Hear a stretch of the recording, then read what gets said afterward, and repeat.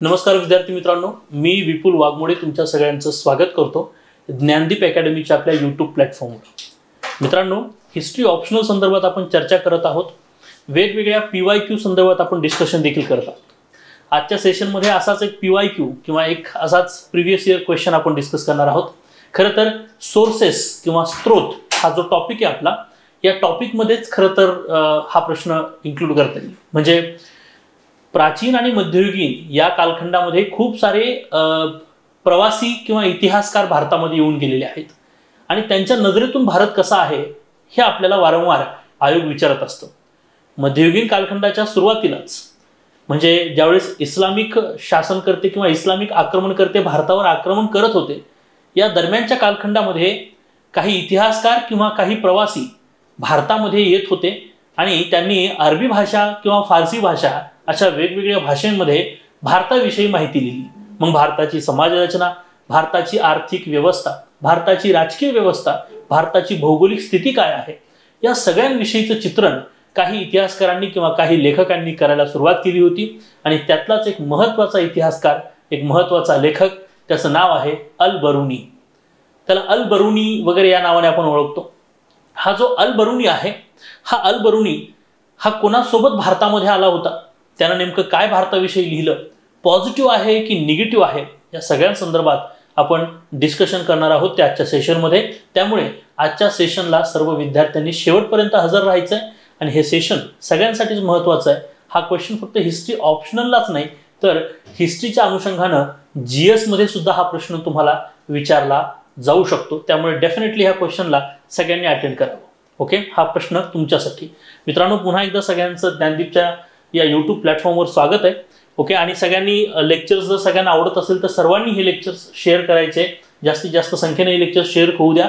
आणि खऱ्या अर्थानं डिस्क्रिप्टिव्ह, विशेष करून MPSC मराठी माध्यमातून डिस्क्रिप्टिव्हची तयारी करत असताना अशा स्वरूपाचे सेशन्स हे तुम्हाला नक्कीच एक माहितीपर सेशन असणार आहेत किंवा तुम्हाला आन्सर रायटिंगसाठी अतिशय एक मदत करणारे सेशन्स या ठिकाणी असणार आहेत। आणि यातून तुम्हाला हे पण लक्षात येईल की हिस्ट्री ऑप्शनल किती सोपं आहे हे लक्षात घ्या। जर तुम्ही GS ची तयारी हिस्ट्रीची करताय ना, तर तुम्ही जवळपास 60 ते 70% तयारी ऑप्शनलची करून घेतलेली असते। मग हिस्ट्री ऑप्शनल घेण्यास काय वाईट आहे? ओके, आणि हीच आपण खरं तर या ठिकाणी या PYQs मधून तुम्हाला मी या ठिकाणी सांगणार आहे, हे लक्षात घ्या। बघा, ही आजची PYQ आहे, याच्यामध्ये आपण डिस्कस करतोय की अल बरुनीने पाहिलेला भारत। अल बरुनी हा एक मोठा इतिहासकार जो साधारणतः भारतामध्ये गजनीच्या आक्रमणाच्या वेळेस आलेला होता। तुम्हाला माहिती आहे की मोहम्मद गजनवी म्हणजेच गजनीचा मोहम्मद म्हणजेच जबुलीचा मोहम्मद।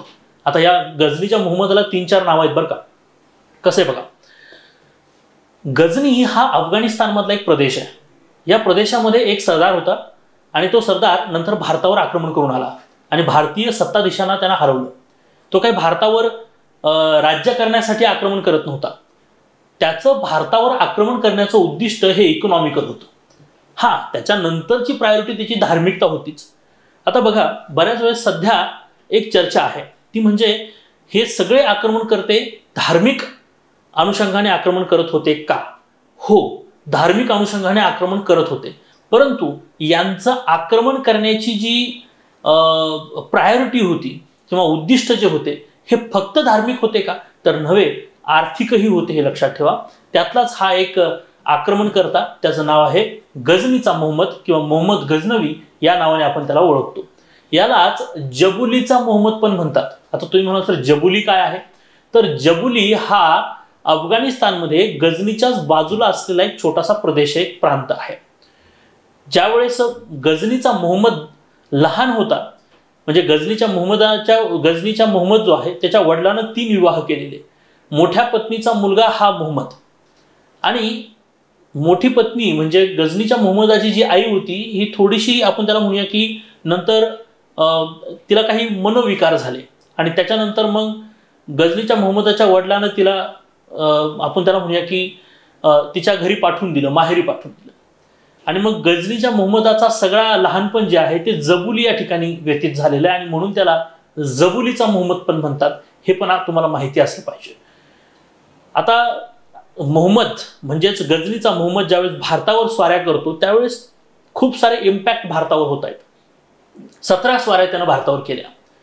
त्यातल्या एका स्वारीमध्ये किंवा त्यातल्या एका आक्रमणामध्ये त्याच्यासोबत त्यानं काही माणसं आणले होते, काही इतिहासकार आणि काही कवी आणले होते. एक फिरदौसी नावाचा कवी त्यानं त्याच्यासोबत आणला होता आणि एक मोठा अभ्यासक व्यक्ती त्यानं सोबत आणला होता, त्याचं नाव आहे अल बरुनी.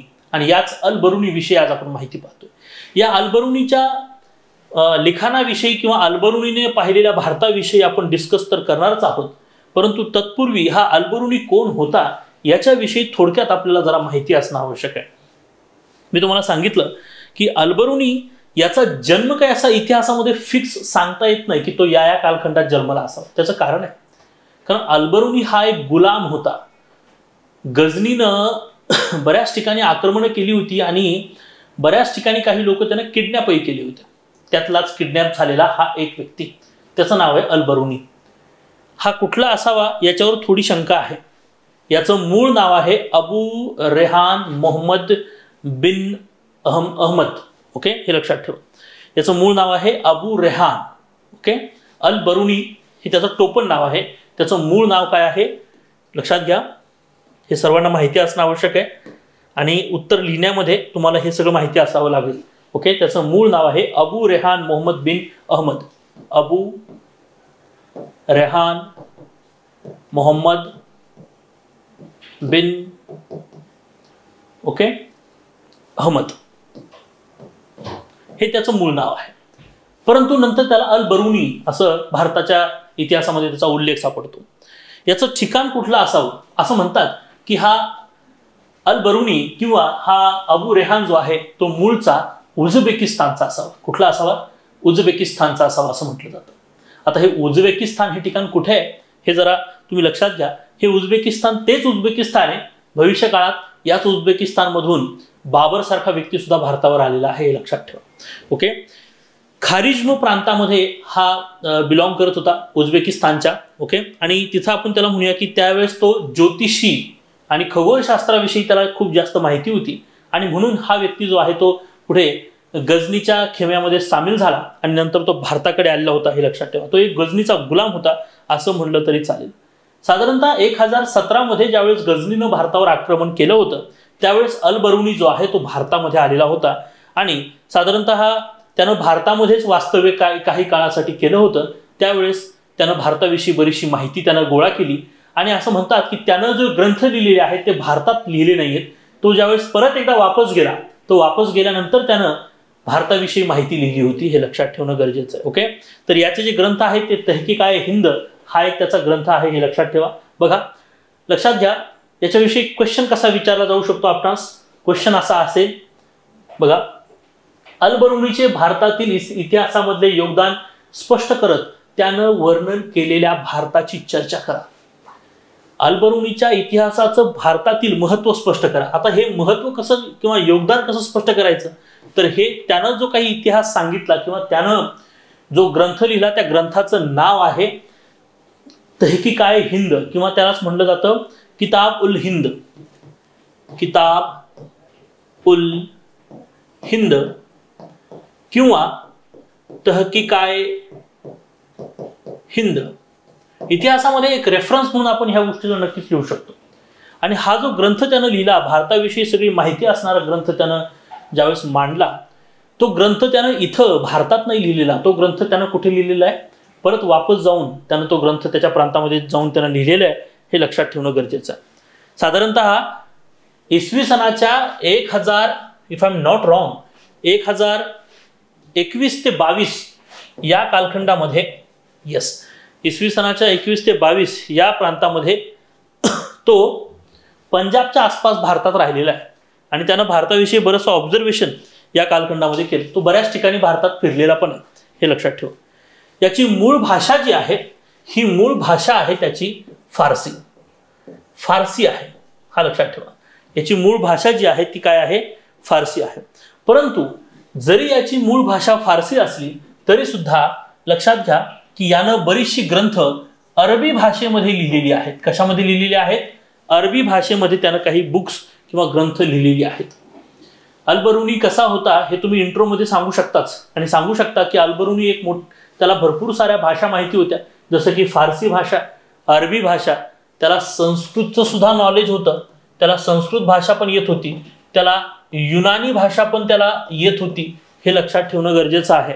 ओके, सोबत त्याला सिरियाई भाषा पण त्याला येत होती, सिरियाई लँग्वेज पण त्याला येत होती. अशा वेगवेगळ्या लँग्वेजेसची माहिती असणारा हा व्यक्ती, आणि त्यातल्या त्यात त्यानं बरीचशी पुस्तकं अरबी भाषेत लिहिली, परंतु तहकीकाए हिंद किंवा किताबुल हिंद हा जो ग्रंथ आहे तो त्यानं मात्र फारसी भाषेमध्ये लिहिला होता, हे लक्षात ठेवणं गरजेचं आहे.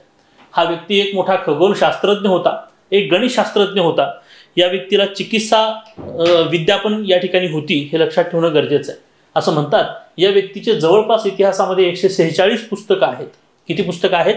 146 पुस्तकं यानं लिहिलेली आहेत, आणि जवळपास याच्यामध्ये ही 46 पुस्तकं जी आहेत ती अरबी भाषेमध्ये लिहिली. कोणत्या भाषेमध्ये लिहिलेली आहे सगळ्यांनी लक्षात ठेवा, अरबी भाषेमध्ये ही पुस्तकं त्याने लिहिली आहेत. मी जर या ठिकाणी जर एक्सप्लेन करू शकेल तर या ठिकाणी लक्षात घ्या. यानं ही जी पुस्तकं लिहिली होती बघा, ही पुस्तकं त्यानं अरबी भाषेमध्ये लिहिली. त्याच्यामध्ये त्यानं खगोलशास्त्राविषयी 35 पुस्तकं, ज्योतिषशास्त्राविषयी 23 पुस्तकं, गणितशास्त्राविषयी 15 आणि इतर साहित्य जे आहे ते 16, अशा वेगवेगळ्या ग्रंथांविषयी माहिती त्याची मिळते, हे लक्षात ठेवा. आणि त्यामुळे हे लक्षात घ्या की हा व्यक्ती अफाट हुशार व्यक्ती आहे, आणि त्यानं त्याच्या नजरेत भारत कसा आहे हे इतिहासामध्ये पाहणं खूप गरजेचं असतं. हिस्ट्री ऑप्शनलला आपल्याला याच्याविषयी हमखास क्वेश्चन जो आहे तो होत असतो, हे लक्षात ठेवा. आता त्यानं जो तहकीकाए हिंद जो लिहिला, आता तुम्हाला महत्त्व कळेल. तुम्ही महत्त्व सांगताना सांगू शकता की हा व्यक्ती विद्वान होता, आणि अशा विद्वानांचं यांच्या नजरेतून भारत कसा आहे हे इतिहासाला पाहणं खूप गरजेचं असतं. एक प्रकारे हा इतिहासामध्ये एक पुरावा म्हणून काम करत असतो. दुसरा महत्त्वाचा मुद्दा म्हणजे एक प्रकारे आपण म्हणू शकतो की त्याचं महत्त्व स्पष्ट करताना सांगू शकता की त्यानं जे लिहिलं त्याच्यातून भारताची राजकीय व्यवस्था, सामाजिक व्यवस्था, आर्थिक व्यवस्था आणि भौगोलिक अवस्था ह्या सगळ्यांविषयी माहिती जी आहे ती आपल्याला मिळू शकते. हे महत्त्वामध्ये तुम्ही स्पष्ट करा. आणि आता पुढचा प्रश्नाचा पार्ट म्हणजे त्याच्या नजरेतला भारत कसा, तर त्यानं तहकीकाए हिंदमध्ये बऱ्याचशा गोष्टी लिहिल्या. जसं की भारताची भौगोलिक स्थितीविषयी तो म्हणतो की भारत हा, बघा यात खूप इंटरेस्टिंग गोष्टी त्यानं सांगितलेल्या आहेत. तो काय सांगतोय बघा, भारत हा अगोदर विशाल समुद्राखाली होता, म्हणजे भारत ही जी जमीन आहे, ओके, हा जो द्वीपकल्पीय प्रदेश आहे हा प्रदेश अगोदर समुद्राखाली असावा, नंतर खूप सारे काही भूकंप किंवा उद्रेक होऊन हिमालयासारखी निर्मिती तयार झाली असावी, असं सुद्धा त्यानं एक अंदाज बांधलेला. भारतातील नदी, समुद्र, पीक पद्धती, सिंचन व्यवस्था, पर्वतरांगांची माहिती, ही सगळीच भौगोलिक माहिती या ठिकाणी तहकीकाए हिंदमध्ये अल-बरुनी देतो. भारतामध्ये जवळपास 10 दिशांची माहिती सुद्धा या ठिकाणी त्यानं दिलेली आहे, हे लक्षात ठेवा.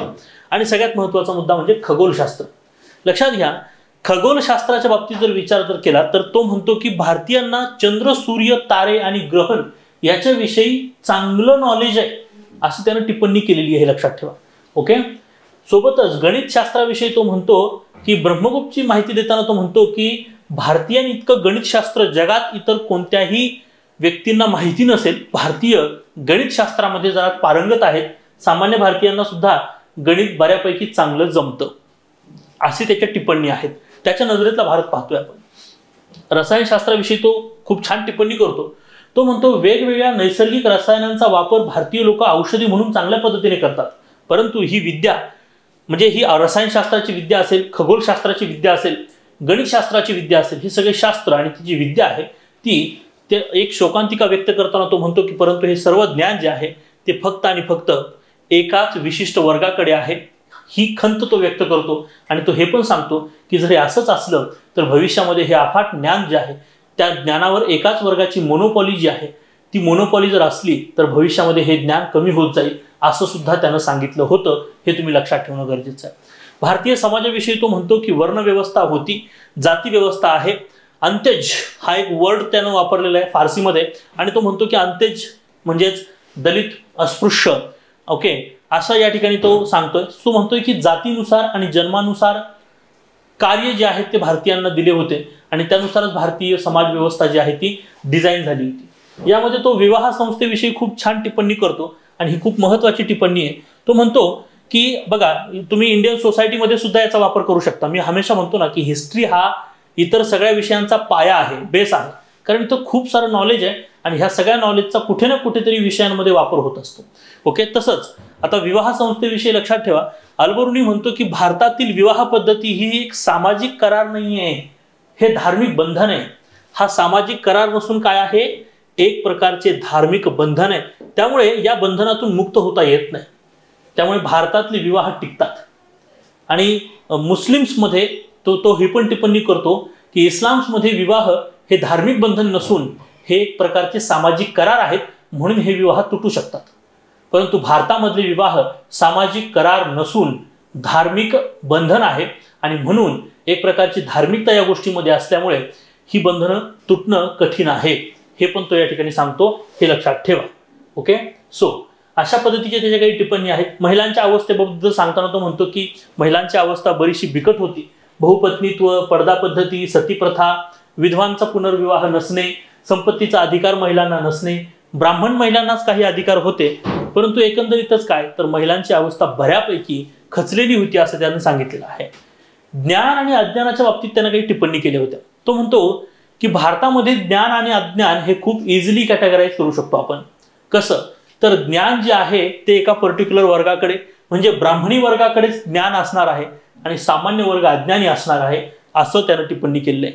भारतातील हे ज्ञान ओके याच कारणानं कमी होऊ शकतो, परिणामी वैज्ञानिक दृष्टिकोनही घसरत जाऊ शकतो असं अल्बरुनी म्हणतो. आणि अल्बरुनीचं हे म्हणणं भविष्य काळामध्ये खरं ठरलं. अल्बरुनी हा एक चांगला इतिहासकार होता. अल्बरुनी हा एक चांगला शास्त्रज्ञ होता, एक खगोलशास्त्रज्ञ, एक गणितशास्त्रज्ञ आणि एक चांगला इतिहासकार म्हणून आपण अल्बरुनीकडे पाहू शकतो. अल्बरुनीनं तटस्थ पद्धतीने हे लिखाण केलं होतं. आता इतिहासकारांमध्ये सुद्धा याच्या लिखाणावर वादविवाद आहे. ऑप्शनलमध्ये आपण चर्चा करताना डीपमध्ये याच्यावर चर्चा करूच या पुढे लेक्चर्समध्ये. परंतु या निमित्तानं यूट्यूबला तरी किंवा मी एवढंच नक्की सांगू शकेल की अल्बरुनीच्या या लिखाणासंदर्भात इतिहासामध्ये वेगवेगळी मतमतांतर आहेत किंवा इतिहासकारांमध्ये मतमतांतर आहेत. काही इतिहासकारांच्या म्हणण्यानुसार अल्बरुनीनं काही गोष्टी म्हणजे वाढवून सांगितलेल्या आहेत आणि चुकीच्या भारताला निगेटिव्ह पर्स्पेक्टिव्हनं बघितलेलं आहे. आणि काही म्हणतात की नाही, अल्बरुनीनं जे काही लिहिलेलं आहे ते तटस्थ पद्धतीने लिहिलेलं आहे. कारण अल्बरुनीनं हे लिखाण भारतामध्ये राहून केलेलं नाहीये, तो इथून भारतातून निघून जातो आणि मग भारताविषयी तो लिखाण करतोय. त्यामुळे या लिखाणामध्ये एक प्रकारची तटस्थता असली पाहिजे असं इतिहासकारांनी टिप्पणी सुद्धा केलेली आहे. हे तुम्ही लक्षात घेणं गरजेचं आहे. सो हिस्ट्री ऑप्शनलला तुम्हाला हा क्वेश्चन येऊन गेलेला आहे. हाच क्वेश्चन तुम्हाला जीएसला सुद्धा भविष्य काळामध्ये पाहायला मिळू शकतो. त्यामुळे लक्षात घ्या की ऑप्शनलचं बरंचसं रिफ्लेक्शन जे आहे ते जीएस मध्ये पाहायला मिळतं किंवा जीएसच्या तयारीतूनच तुम्ही बऱ्यापैकी ऑप्शनलची तयारी केलेली असते हे यातून प्रतीत होतं. मित्रांनो, आजच्या सेशनमध्ये आपण अल्बरुनी विषयी बरीचशी माहिती पाहिली. ओके. आणि तुम्हाला मला असं वाटतं की बेसिक तरी अल्बरुनी तुम्हाला समजला असेल. असे खूप सारे इतिहासकार, खूप सारे भारतीय म्हणजे विदेशी प्रवासी भारतामध्ये येऊन भारताविषयी लिखाण करतात. त्यांच्याविषयी आपलं माहिती घेणं गरजेचं असतं. इतिहासामध्ये याच्यावर क्वेश्चन विचारले जातात. बरीच मुलं मला प्रश्न विचारतात की सर ऑप्शनलची बॅच केव्हा सुरू होणार आहे. तर एक त्याचं सरळ एक उत्तर किंवा तुमच्यासाठी एक माहिती, 18 जुलैला आपण ही बॅच जी आहे ती लॉन्च करत आहोत.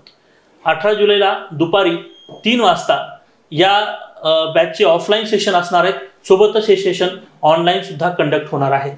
ओके. ऑफलाईन आणि ऑनलाईन दोन्ही स्वरूपाची बॅच जी आहे ती 18 जुलैलाच सुरुवात होणार आहे. टायमिंग सुद्धा या ठिकाणी त्यांचा सेमच असणार आहे, हे लक्षात ठेवा. ओके. ही बॅच किती दिवसांची असेल? साधारणतः 150 दिवसांचा म्हणजे 5 महिन्याचा कालावधी हिस्ट्री ऑप्शनलसाठी आपण देत असतो. आणि या कालावधीमध्ये पेपर 1, पेपर 2 आणि अगदी नकाशाची सुद्धा म्हणजे मॅपिंगची सुद्धा तयारी आपण याच्यामध्ये करून घेतोय. सोबतच 5 वर्षीचे म्हणजे गेल्या 5 वर्षीचे पेपर्स तुम्हाला डिकोड करून यामध्ये दिले जातात. सोबतच तुम्हाला मेंटरशिप आणि आन्सर रायटिंग प्रोग्राम सुद्धा यामध्ये पण केलेला आहे. ही तुम्ही ऑफलाईन पण जॉईन करू शकता आणि ऑनलाईन सुद्धा जॉईन करू शकता. अधिक माहितीसाठी तुम्ही 7620621778 या नंबरला तुम्ही मला व्हॉट्सअप करू शकता किंवा डायरेक्टली कॉन्टॅक्ट सुद्धा करू शकता, काही हरकत नाही. हिस्ट्री ऑप्शनलच्या एक हमेशा मी तुम्हाला एक पॉईंट सांगतोय की हिस्ट्री ऑप्शनलचा एक की पॉईंट आहे. तो म्हणजे काय तर हिस्ट्री ऑप्शनल करंट अपडेट नाही आहे. त्यामुळे करंटचा लोड घेण्याची गरजच नाही आहे. एकदा अभ्यासा, सगळे पर्स्पेक्टिव्ह अँगल चेक करा, दॅन डन. तुम्ही फक्त व्यवस्थित नोट्स प्रिपेअर करायच्यात आणि वर्गात विद्यार्थी खूप चांगल्या पद्धतीच्या नोट्स प्रिपेअर करतात. म्हणजे मी इथं तुम्हाला दाखवू शकेल का तर माझ्यातील विद्यार्थ्याचीच नोट्स आहे. अशा पद्धतीने विद्यार्थी जे आहेत ते वर्गात छान पद्धतीने नोट्स तयार करतात. अतिशय उत्तम पद्धतीनं नोट्स विद्यार्थी रेडी करतात. ओके. आणि मला याचा आनंद आहे की विद्यार्थी चांगल्या पद्धतीनं नोट्स वर्गात तयार करतात. ओके. आणि मी हे त्यांच्याकडून करून घेतोय वर्गात, हे क्लासमध्ये मी करून घेतो त्यांच्याकडून, हे लक्षात ठेवा. त्यामुळे तुमच्या स्वतःच्या नोट्स तर तयार होणारच आहेत. मी तर नोट्स तुम्हाला देईलच देईल, पण तुमच्या स्वतःच्या ओन नोट्स यामध्ये बनतात.